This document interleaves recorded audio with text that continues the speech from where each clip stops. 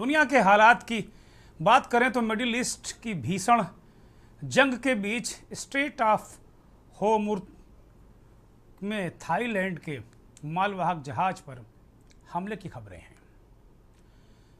यह क्षेत्र अपनी रणनीतिक स्थिति के कारण हमेशा से संवेदनशील रहा है। होर्मुज़ ऐसा इलाका है, इसे होर्मुज़ जल डमरू भी कहते हैं। यहाँ से होकर दुनिया की 20% ऑयल सप्लाई जाती है। खबरों के मुताबिक हमला ओमान और ईरान के बीच स्थित स्ट्रेट ऑफ होर्मुज़ के पास हुआ, जो दुनिया के सबसे महत्वपूर्ण तेल व्यापार मार्गों में है, जैसा मैंने बताया। बहरहाल दूरी हजारों किलोमीटर है, सरहदें भी बिल्कुल अलग हैं, लेकिन मिडिल ईस्ट के आसमान में फैला बारूदी धुआं आज हिंदुस्तान की गलियों तक पहुंच चुका है। ईरान और इजराइल की इस जंग ने सिर्फ नक्शे ही नहीं बदले, बल्कि भारत के 90 लाख परिवारों की रातों की नींद उड़ा दी है। हाल में विदेश मंत्री एस जयशंकर ने संसद में आंकड़ा रखा कि 67,000 भारतीयों को निकाला जा चुका है, लेकिन ये सवाल उन लाखों युवाओं का है जो केरल, यूपी और तेलंगाना से अपनी आंखों में सुनहरे सपने लेकर खाड़ी गए थे। आज उनके वर्क परमिट रद्दी की टुकड़ी बने हैं, ये टुकड़े बन गए हैं और कंपनियां ताले लगा रही हैं। कच्चा तेल $100 प्रति बैरल के पार है। सिलेंडर के दाम भारत में 60 रुपये बढ़ गए हैं एलपीजी के, और जो कमर्शियल सिलेंडर है एलपीजी का वो 120 रुपये महंगा हो गया है। और अब महंगाई तो छोड़िए, जो कीमतें बढ़ी उस कीमतों पर बढ़ी कीमतों में भी सिलेंडर मिल नहीं रहे हैं।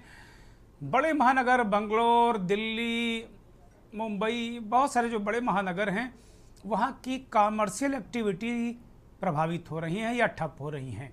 मुंबई और बंगलोर जैसे शहरों की होटल इंडस्ट्री एक तरीके से स्लो डाउन हो गई है, या यूँ कहें कि होटलों को सिलेंडर कमर्शियल नहीं उपलब्ध हो पा रहे हैं। इसकी वजह से उनके काम धाम भी ठप हो रहे हैं।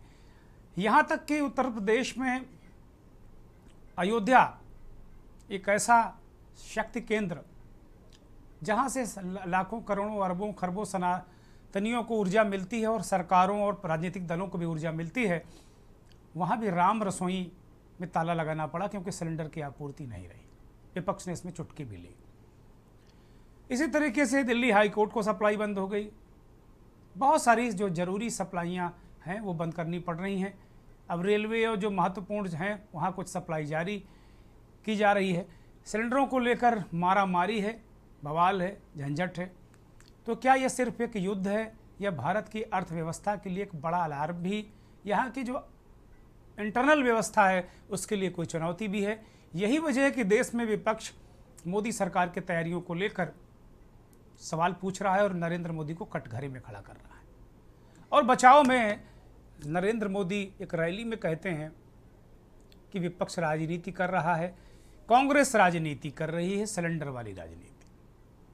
तो नरेंद्र मोदी को ये नहीं भूलना चाहिए कि ना तो युद्ध जैसी स्थितियां होती थीं और ना ही इस तरीके की मारामारी, लेकिन जब भी गैस सिलेंडर के दाम पूर्ववर्ती सरकारों में बढ़ते थे तो बीजेपी के नेता सिलेंडर उठाकर सड़क पर आ जाते थे। विपक्ष सवाल तो पूछेगा। जनता की तकलीफों को भी जोर शोर से राजनीतिक दल उठा रहे हैं।